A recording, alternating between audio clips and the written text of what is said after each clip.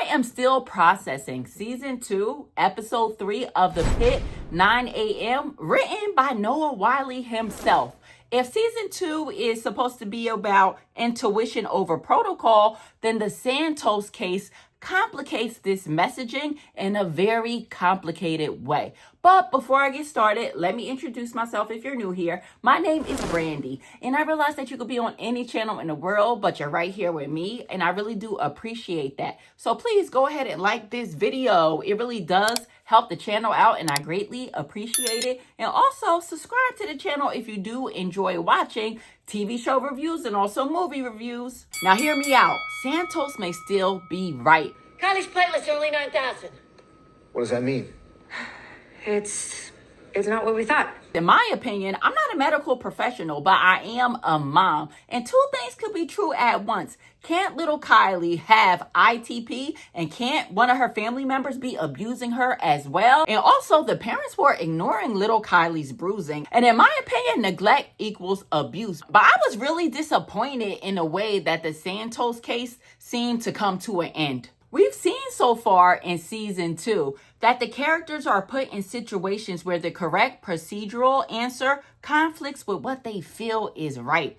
And the show has been rewarding the ones who listen to their gut. So what does that tell you about Santos? She may still be right. And honestly, I was disappointed in her that she really didn't stand 10 toes down on what she really believed, especially after seeing that dad's behavior. Now, Santos, she did handle the whole situation wrong. I mean, at this point, she's very early on in her career and she has zero swagger. It's some things that she said directly to the dad that were very disturbing. So we witnessed Kylie's dad get very aggressive and very upset. And I'm not saying that he's right in that situation, but I can certainly understand how a parent would be irate if you're accusing them of abusing their child. And I do want to list a few reasons why Santos may be right, although we might not see that right away. For one, again, the neglect. Why were her parents ignoring all of those bruises all over her body? Come on, if you're a parent and you see your child with bruises all over their body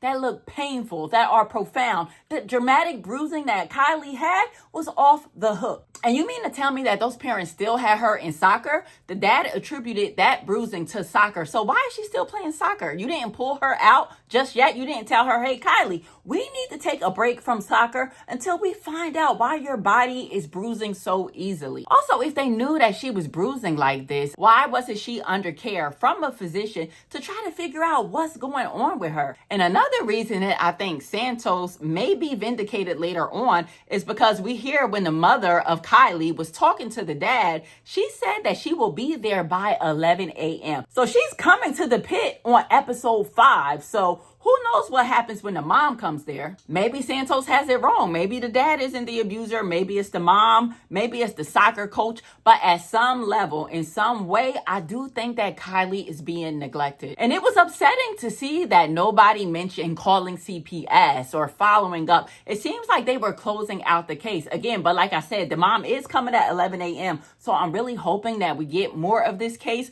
on episode 5. And this is where also I still wish that Kiara was there as the social worker instead of, what's his name, Dylan. I think that Kiara would have did a better job of just navigating that whole situation. Now, I did look up the actress that plays Kylie, and it says that she will only be in the pit for 3 episodes. So the storyline may very well be over, but maybe we won't see Kylie anymore. Maybe we'll see the mom or maybe the dad.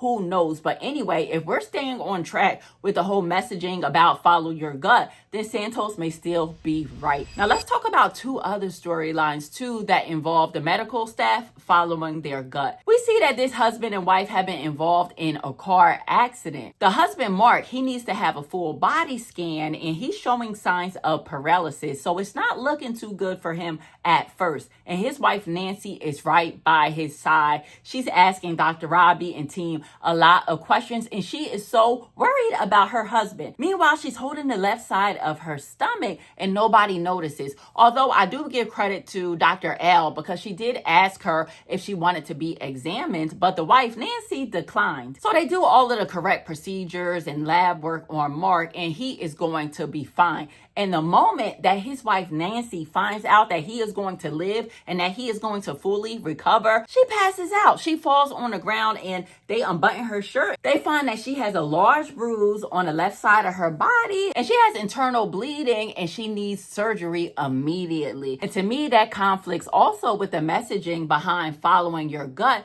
because we saw the medical staff say, like, listen, we should have insisted that Nancy got a full body scan as well. We should have checked her. We should have examined her. We should have made sure she was good. But another message that I got from this scene is that women, we are always taking care of others around us to our own demise. Nancy, she probably was in pain, or maybe her adrenaline was running. Maybe she wasn't in pain. But anyway, as soon as she found out that her husband was going to be okay, she passed out. I mean, women are really warriors and we take care of those around us. Which brings us to the next case with Dr. McKay. Now, she did follow her gut and she was rewarded because she was right about her patient, Michael, and she found out that he has a brain tumor in his frontal lobe. Now, Michael, his emergency contact was his ex-wife, Gretchen, and they've been divorced for 4 years now. And we see that Gretchen asked Dr. McKay, could this diagnosis be the reason why her ex-husband, his behavior changed during the end of their marriage? He started fighting with random people in the streets. I mean, he was moody, he was irritable, and that's the reason that she divorced him.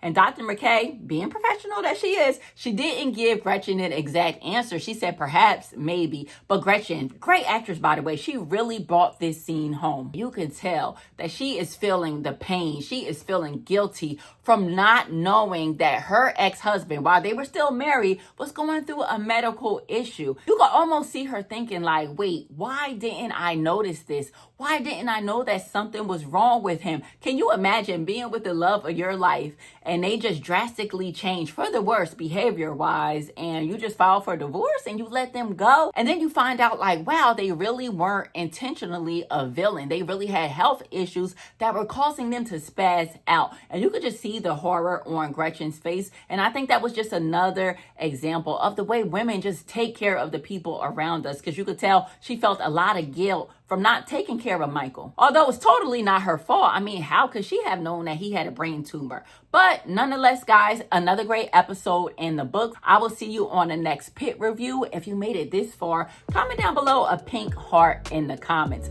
I love you all. See you next time. Peace.